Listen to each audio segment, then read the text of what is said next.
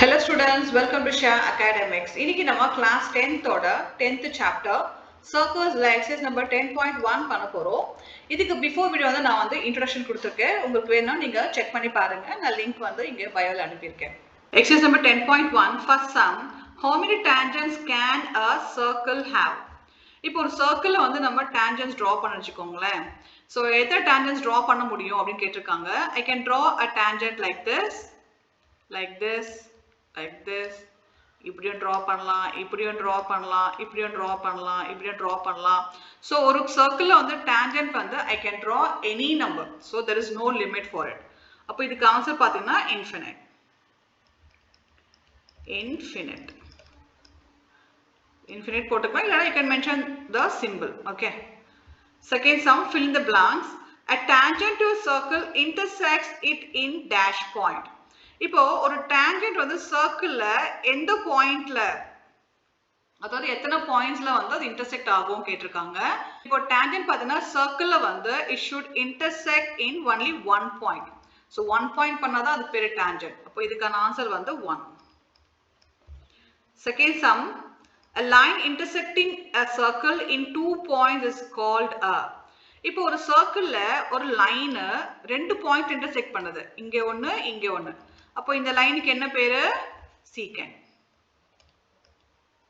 Next question, a circle can have dash parallel tangents at the most.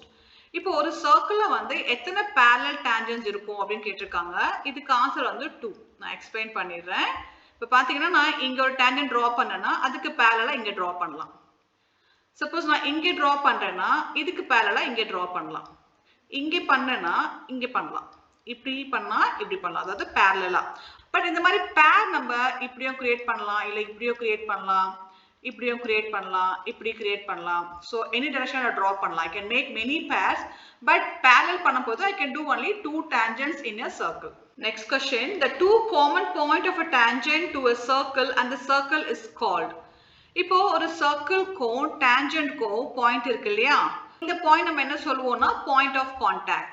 Third sum, a tangent PQ at a point P of a circle of radius 5 cm meets a line through the center O at a point Q, so that OQ equal to 12 cm, length PQ equal to dash. இப்போ ஒரு circle draw பண்ணிருக்காங்க. So இங்கே வந்து P and Q ஒரு tangent draw பண்ணிருக்காங்க. Radius வந்து 5 cm. இப்போ OQ வந்து 12 cm கொடுத்திருக்காங்க. We have to find out the PQ value. OP வந்து radius இல்லையா? OP radius perpendicular to tangent PQ. PQ வந்து இங்க tangent. இப்போ நம்ம எப்படி சால்வ் பண்ணோம்னா by Pythagoras theorem. So by Pythagoras theorem என்ன பண்றோம்? OQ square equal to PQ square plus OP square.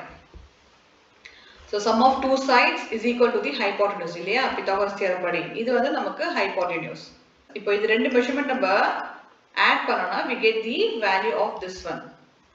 அப்போ OQ square என்ன கொடுத்திருக்காங்க? 12. 12 square equal to PQ தெரியல, நம்ம அப்படியே போட்டுக்கலாம். PQ whole square னா போட்டுக்கலாம். Plus OP 5 square. இப்போ சால்வ் பண்ணா 12 into 12 என்ன வரும்? 144 equal to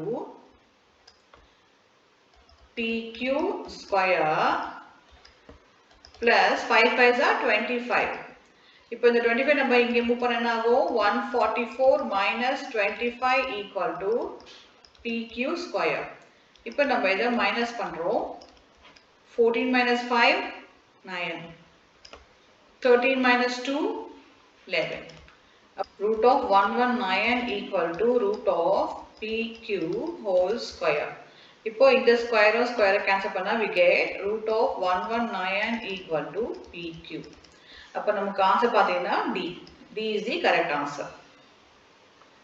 Fourth sum, draw a circle and two lines parallel to a given line such that one is a tangent and the other a secant to the circle. இப்போ நமக்கு ஒரு circle and ஒரு parallel line கொடுத்துருக்காங்க. இப்போ நம்ம இந்த parallel லைனோட 2 line draw பண்ணோம். ஒன்று டேன்ஜென்ட், ஒன்று வந்து சீக்கண்ட் ட்ரா பண்ண சொல்லியிருக்காங்க. இப்போ ஃபர்ஸ்ட் நான் என்ன பண்ணுறேன், இந்த சர்க்கிளோட மிட் பாயிண்ட் ஓகேங்களா, அந்த ரேடியஸ் வச்சு ட்ரா பண்ணேன் இல்லையா, இதை நான் மார்க் பண்ணிக்கிறேன் ஓ சொல்லிட்டு. அண்ட் இப்போ இந்த மிட் பாயிண்ட் நான் என்ன பண்ணுறேன், இந்த லைனுக்கு வந்து ஒரு ஆர்க் ட்ரா பண்ணுறேன், ஒரு ஆர்க்கு. ஓகே, அதுக்கு நான் ஏபி நேம் கொடுத்துக்கிறேன்.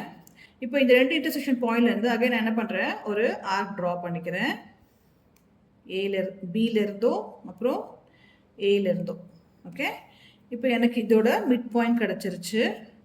இதுக்கு நான் பி பேர் கொடுத்துக்கிறேன்.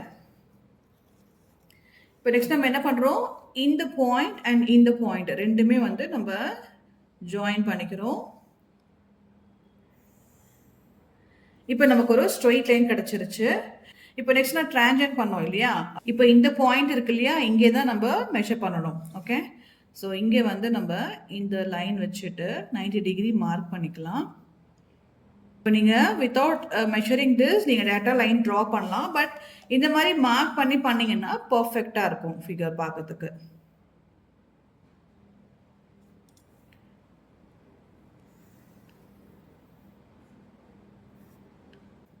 இது என்னது, டேன்ஜென்ட். இப்போ நெக்ஸ்ட் என்ன பண்ணுறேன், இங்கே ஒரு பாயிண்ட் நான் மார்க் பண்ணிக்கிறேன். இப்போ நம்ம என்ன பண்ணோம், சீக்கண்ட் ட்ரா பண்ணோம் இல்லையா. ஸோ அகைன் நான் ப்ரொட்ராக்டர் இந்த பாயிண்டில் வச்சுட்டு 90 டிகிரி மார்க் பண்ணிக்கிறேன்.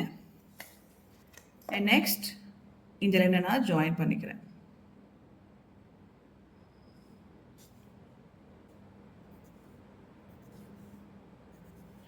இது ABCDEF,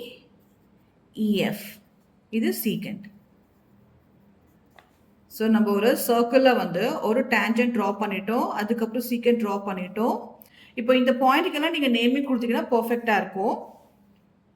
ஸோ நான் எல்லாத்துக்கும் நேமிங் கொடுத்துட்டேன், நீங்களும் இதே மாதிரி ஃபாலோ பண்ணிக்கோங்க.